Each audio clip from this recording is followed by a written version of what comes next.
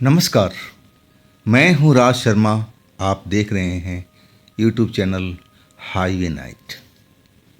दोस्तों, आज की कहानी हरियाणा की है। ये जो कहानी हमें भेजे हैं उनका नाम है अमित।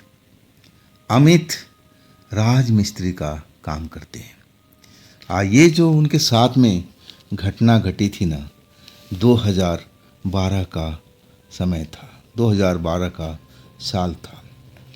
तो हुआ क्या था अमित के साथ में, आइए चलते हैं उन्हीं की पॉइंट ऑफ व्यू से। दोस्तों, मेरा नाम अमित है। मैं अपने दोस्तों के साथ ठेकेदार के पास काम करता था। ठेकेदार के पास मेरे जैसे राज मिस्त्री कम से कम 20-22 होंगे। ठेकेदार बड़े बड़े काम का ठेका लेता था और हमारे रहने का, खाने का सब कुछ जिम्मेवारी उसी की थी। जिस साइड पर हम लोग जाते ना, तो 6 महीना, किसी में तो साल भर, किसी में 3 महीना, जैसा काम वैसा वक्त लगता था। और वहाँ पर ठेकेदार हमारे रहने वहने के लिए पूरा इंतज़ाम करता था। खोली बना देता था, झोपड़ी बनवा देता था ईंट का। और हम लोग दिन रात काम करते, दिन में काम करते, रात को अपनी खोली में, अपनी झोपड़ी में आके आराम करते। खाना ठेकेदार की तरफ से। तो हम लोग एक तरह से अब कमाई कर रहे थे, काम कर रहे थे, मेहनत कर रहे थे, और ऐसा ही हमारे साथ चल रहा था। अब जिस ठेकेदार का काम था ना, जिस जगह पर हम लोग काम कर रहे थे पिछले 6 महीनों से, वो काम आखिरी चरण में आ चुका था। अब वहाँ पर ज़्यादा मिस्त्री की ज़रूरत नहीं थी। अब उसमें 2 मिस्त्री काफ़ी थे। टचिंग का काम रह गया था अब मामूली सा। अब बाकी जितने लेबर थे, जितने मिस्त्री थे, वो ठेकेदार लेकर के जा चुका था दूसरे साइड पर। और हमें बोला कि ये सब छोटे मोटे जो काम हैं, टचिंग वचिंग करके आप लोग 2 दिन के बाद काम ख़त्म करो और हमारे नई साइड पर आ जाओ।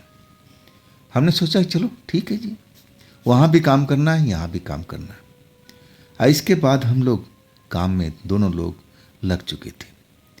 अब मैं और मेरा दोस्त दिन भर जो भी टचिंग का काम था उसको हम लोग करते।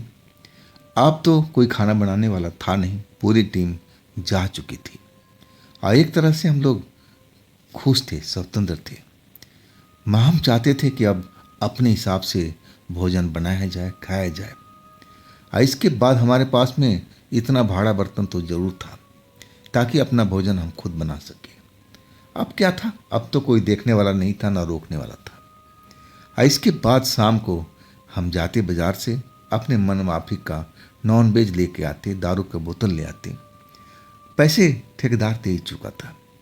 तो हम लोग बड़ा खुश थे, चलो 2-3 दिन, जितना दिन हम लोग रहेंगे यहाँ जी भर के एंजॉय करेंगे। अब बाकी तो जैसा खाना मिलता ही है वो तो खाना ही पड़ेगा।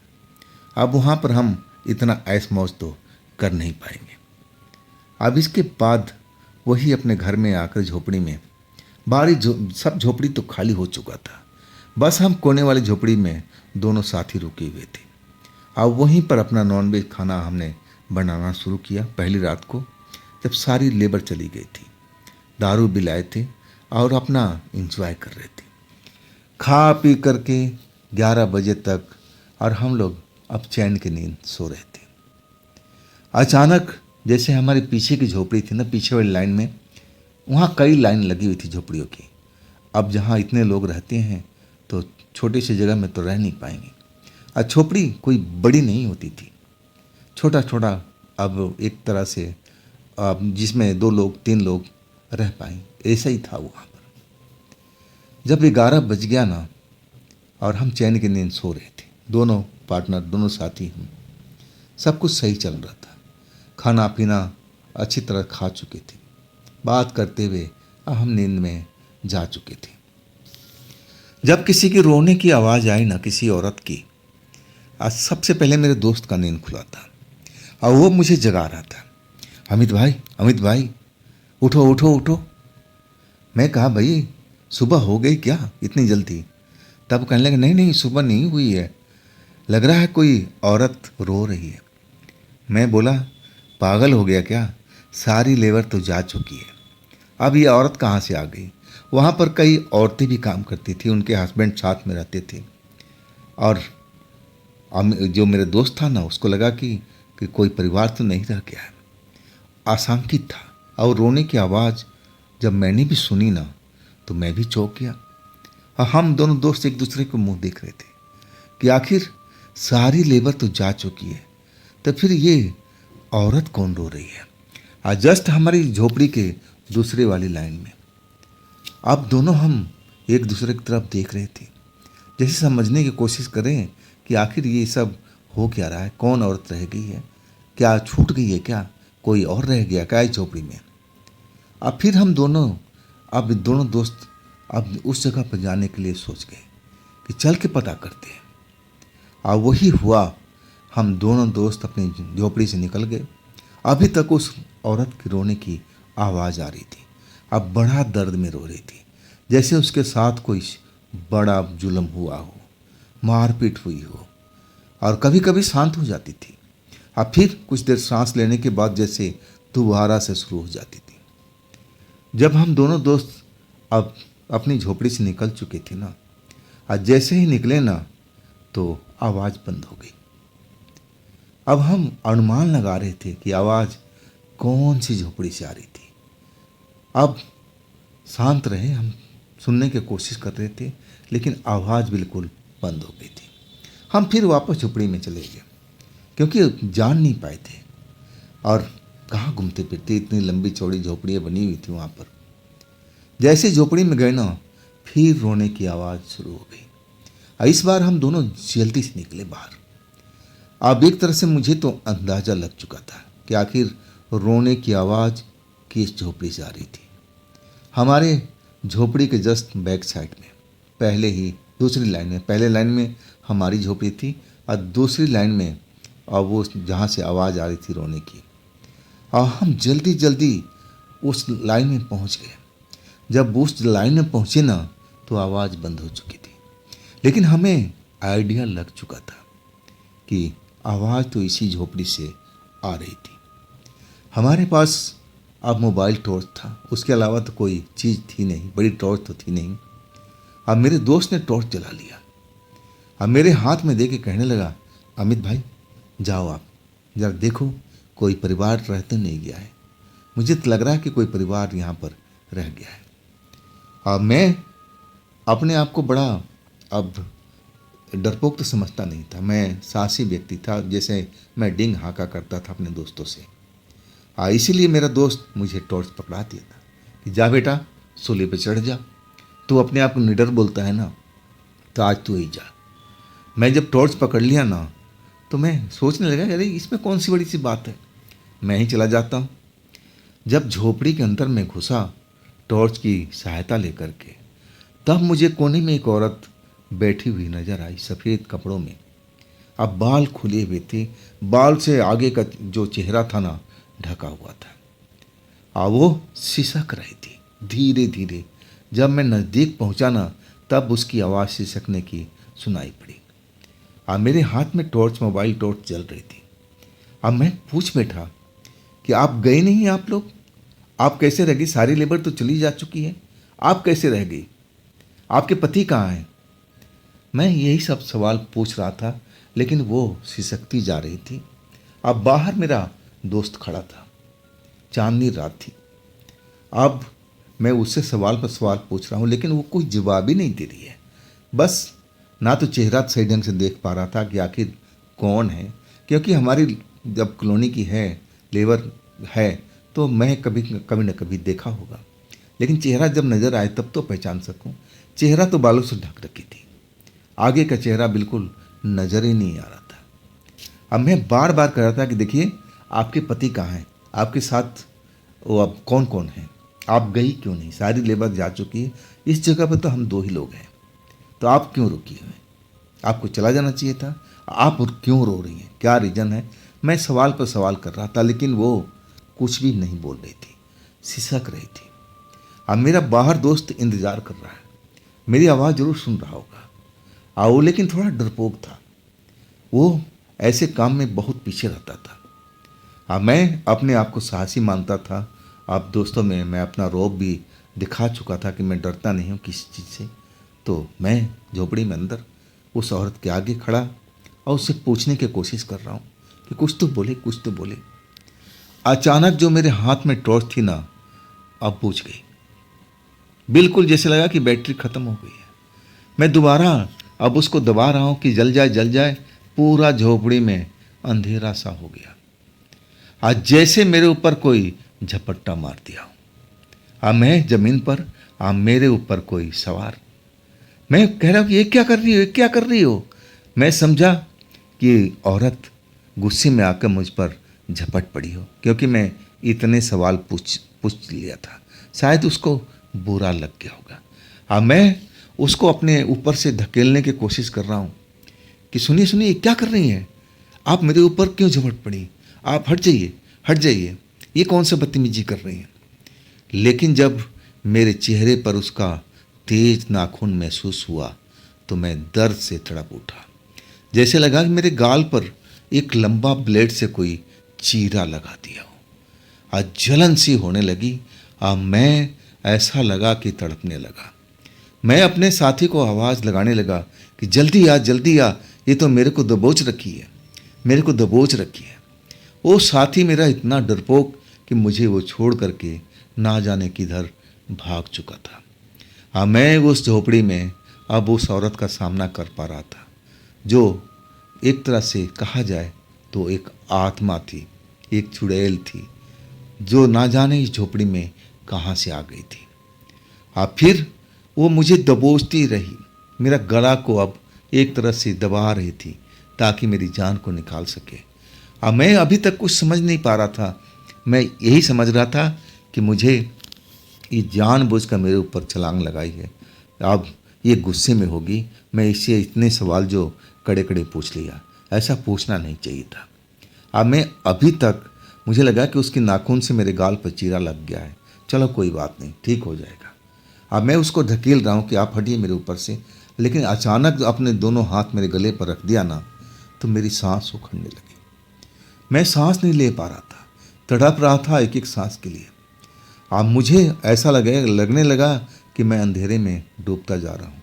और तभी मुझे लगा कि उस झोपड़ी में एक उजाला सा मुझे नज़र आ रहा है, और जैसे कोई मुझे आवाज़ दे रहा है कि उठ बेटा, उठ बेटा, तेरे को कुछ नहीं होने दूंगा, कुछ नहीं होने दूंगा। और इसके बाद मेरी आँख बंद हो चुकी थी। जब मेरी आँख खुली ना, तो मैं उसी झोपड़ी के अंदर था। झोपड़ी के अंदर समझ नहीं आ रहा था कि मैं किधर निकलूं, किधर दरवाज़ा है, और वो औरत कहाँ पर है, मेरा बैटरी वाला फ़ोन कहाँ है रोशनी, कुछ समझ में नहीं आ रहा था। अब कच्ची ईंट की झोपड़ी बनी हुई थी। अब मुझे रास्ता नज़र नहीं आ रहा था, जिधर देख रहा हूँ अंधेरा ही अंधेरा है। अब फिर मैं जिसे दीवार से टकरा गया। मुझे कुछ याद ही नहीं रहा कि मैं किधर से आया था, किधर दरवाज़ा होना चाहिए।